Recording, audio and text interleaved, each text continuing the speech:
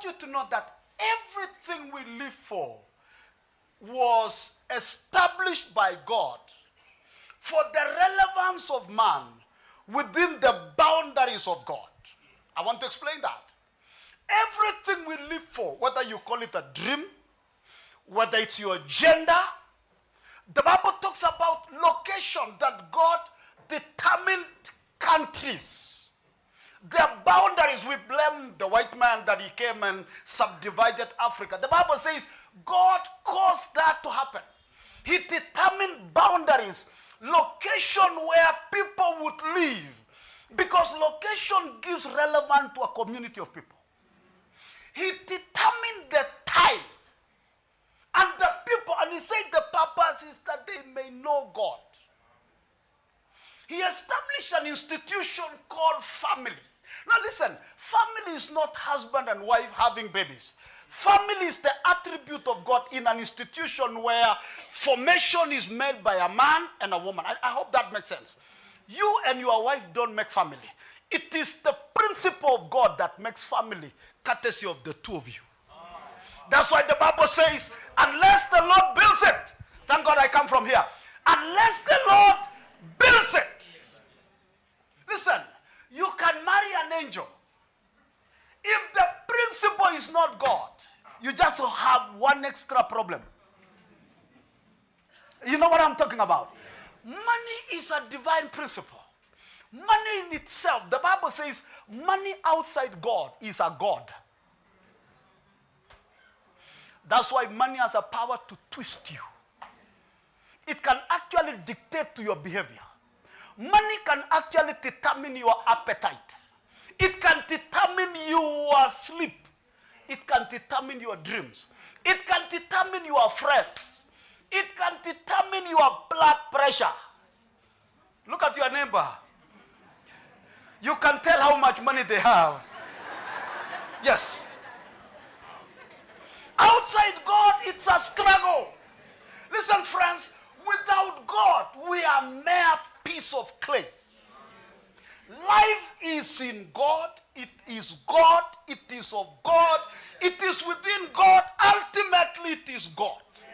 Listen, we can't love without the love of God. So anything we call love is a reflection of how much God is in us. The Bible says for a woman to submit, it is the principle of Christ. For a man to love, it's a principle of Christ. For anybody to serve, including slaves, the Bible says servants or slaves, you submit to your boss as unto the Lord. They must be God within the equation. Life outside God is like going around the mountain. It's meaningless, it's useless. And a wise man in the Bible helps us not to repeat the mistakes he did. He said you can acquire 300 wives plus 700 concubines. Which one were more? The concubines or the wives? Who are the 700? The wives or the concubines? The wives were how many? 700. Concubines? For what? But listen, the man had the wisdom that could not be explained. But he says, listen, outside God, it's vanity. It's meaningless. Can I tell you something? Look at your age and look at your past and realize time not invested in God is wasted daily. And guess what? If you don't begin the journey in God, you've never begun life. Because life begins in God. It's called in a language that will be broke down into what you understand. Purpose, vision, dreams, you know, those things that gives you meaning. But guess what, friends? If it is not in God, it's just another activity. Making sense to somebody? Yeah. Do you want a future? The future is in God. Listen, my friends, you can have children that never reflect you in terms of influence. If God doesn't help, the Bible says children are a reflection of upbringing. The Bible says train them. I look at that word train. It literally comes from the word train, the locomotive. Train. You know what a train is? A train is called a train because it is trained. It's called a train.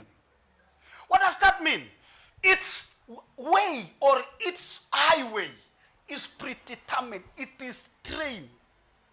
If you ignite it in Mombasa, it will arrive in Kampala without a pilot because it is trained. Haisimami kwa mtu, haisimamishwi na mtu, inasimama kwa station kwa wakati wake.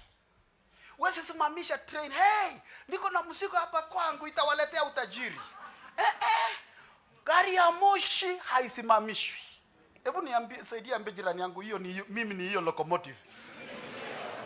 Wewe si locomotive, wewe ndio engine. Listen, the principle of life is God.